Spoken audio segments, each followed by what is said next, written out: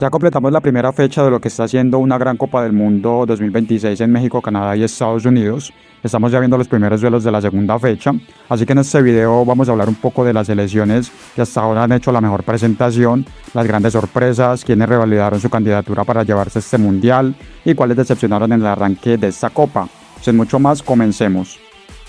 There's Rooney, overhead kick, oh my word, that's amazing, that's sensational, I just can't believe what I've seen, only Wayne Rooney can produce a piece of genius like that.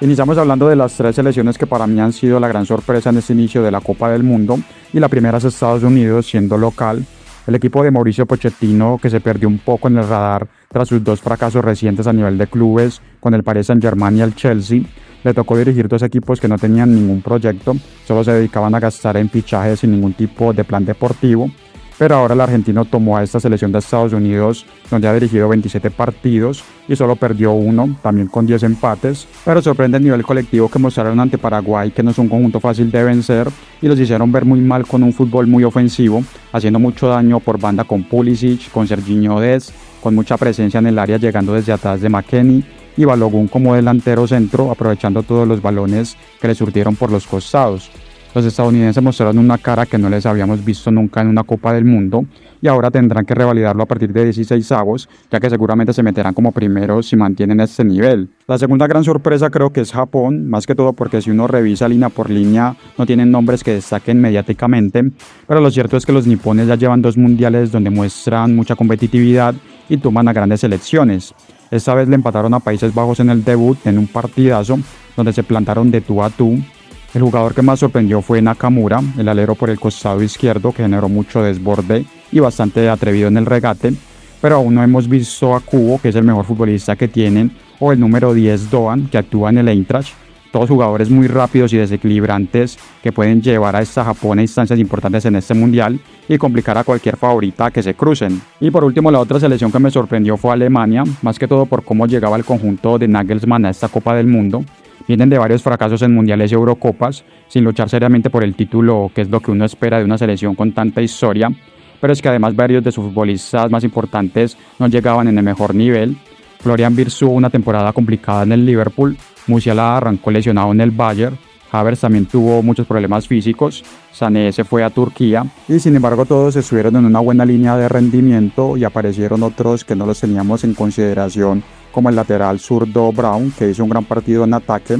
Es cierto que vencieron a una selección muy pobre como Curazao, pero hicieron lo que tenían que hacer, ganaron el partido y con mucha superioridad, cosa que otras favoritas no pudieron hacer y la mayoría no esperábamos ver ese nivel de Alemania. No creo que con esto sea para considerarla como una gran favorita, porque todavía les falta confirmarlo contra un equipo de más peso, que puede ser Costa de Marfil en la próxima fecha, pero sí ha sido una grata sorpresa ver a los teutones nuevamente figurando en un mundial. Ahora vamos a hablar de las mayores decepciones que nos dejó esta primera fecha. La principal sin duda fue la presentación de España, una selección que llega como quizás la gran favorita por el fútbol que viene ofreciendo y que sobre todo mostró en la Eurocopa 2024. Sin embargo, contra una humilde Cabo Verde no pudo abrir la lata, con un juego bastante lento y cansino, y que desde la alineación se veía lo conservador que fue Luis de la Fuente, jugando con 4 mediocampistas de buen manejo, pero ofensivamente no son para destrabar un partido. Creo que España pecó de sobrado en ese partido, luego fueron pasando los minutos y no lograron abrir el marcador,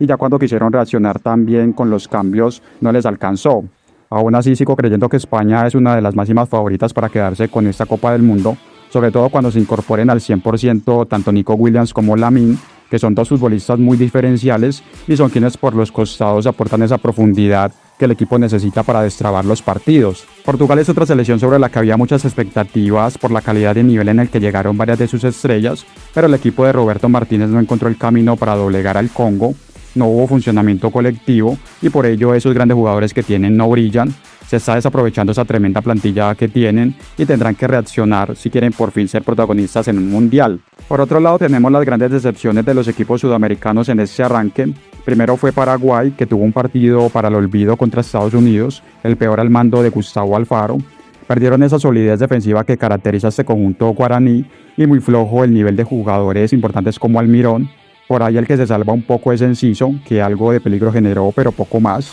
Fueron superados totalmente y ahora van a remolque en esas dos últimas fechas, donde deben darle la vuelta a la situación y creo que lo pueden conseguir, pero deben recuperar ese engranaje que han tenido con Alfaro como técnico. Brasil también dejó muchas dudas ante Marruecos, ya que uno espera mucho más de jugadores como Rafinha, como Bruno Guimaraes, Vinicius, como Mateus Cunha o Igor Thiago, que fue goleador esta temporada en Premier, pero simplemente no están funcionando y realmente se ve difícil con tan poco tiempo de trabajo a las órdenes de Ancelotti. Ya veremos hasta dónde le alcanza con arreones individuales a esta Brasil, y solo quiero decir que Paquetá no debe ser titular en este equipo, nunca ha rendido en selección y por algo el West Ham lo mandó de vuelta al Flamengo. Lo más seguro es que Ancelotti termine cambiando el esquema y poniendo otro delantero, ya sea Mateus Cunha o el propio Endrick. Uruguay y Ecuador tampoco pudieron sumar de a 3 en el debut. Los ecuatorianos no hicieron un mal partido ante Costa de Marfil, pero les faltó serenidad y un poco de suerte en el último tercio del campo, ya que dispusieron de varias ocasiones para abrir el marcador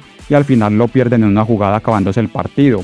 Lo complejo es que en la última fecha enfrentan a Alemania y asumiendo que ganen ante Curazao este sábado, si no suman ante los alemanes tendrán que tomar el crucifijo y ver si logran avanzar como mejores terceros en el peor de los escenarios. Uruguay por su parte mostró dos caras muy diferentes en el primer y segundo tiempo ante Arabia. Bielsa en el vestuario tuvo que hacerles un llamado de atención muy grande a sus futbolistas, ya que en la parte complementaria salieron con otro aire, impulsados por la necesidad y el equipo mejoró mucho. Pero lo cierto es que los charrúas desaprovecharon una gran oportunidad de tomar ventaja en el grupo en detrimento de España. Deberán salir los próximos partidos con mucho más compromiso para no llevarse alguna sorpresa más. Finalizamos hablando de las dos selecciones que sin duda demostraron que van a ser nuevamente las grandes favoritas para levantar esta Copa del Mundo. Por un lado está Francia, que hizo una primera parte malísima ante Senegal, donde no disparó a puerta, pero el segundo tiempo fue otra historia. Sabemos que Francia no brilla por su juego colectivo, nunca ha sido así con Deschamps como técnico, pero con las diferencias que marca sus grandes estrellas en cada posición, le basta y le sobra.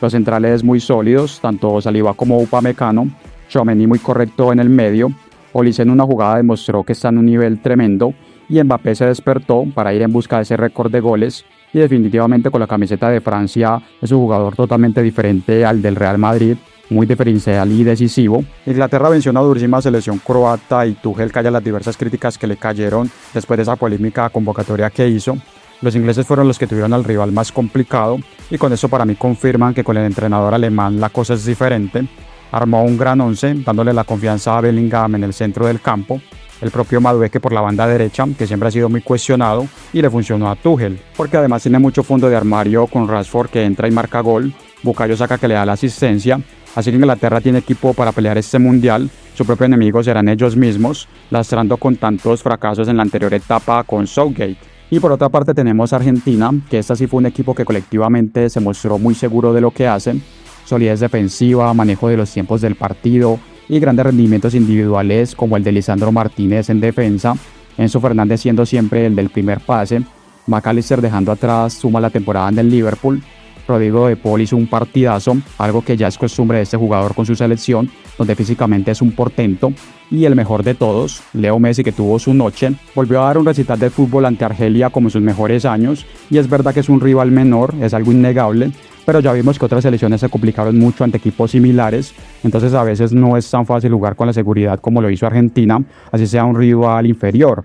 Así que para mí la albiceleste confirma que no sería nada extraño que sean capaces de lograr el bicampeonato, pero ya veremos cómo se sigue desarrollando esta apasionante fase de grupos. Bueno, eso ha sido todo en este video. Déjame en comentarios quiénes fueron las selecciones que más ha sorprendido en el arranque de este mundial y cuáles se afirman como las grandes candidatas a llevarse la copa. Sin mucho más, los invito a que se suscriban al canal, den like si les gustó y nos vemos en un próximo video.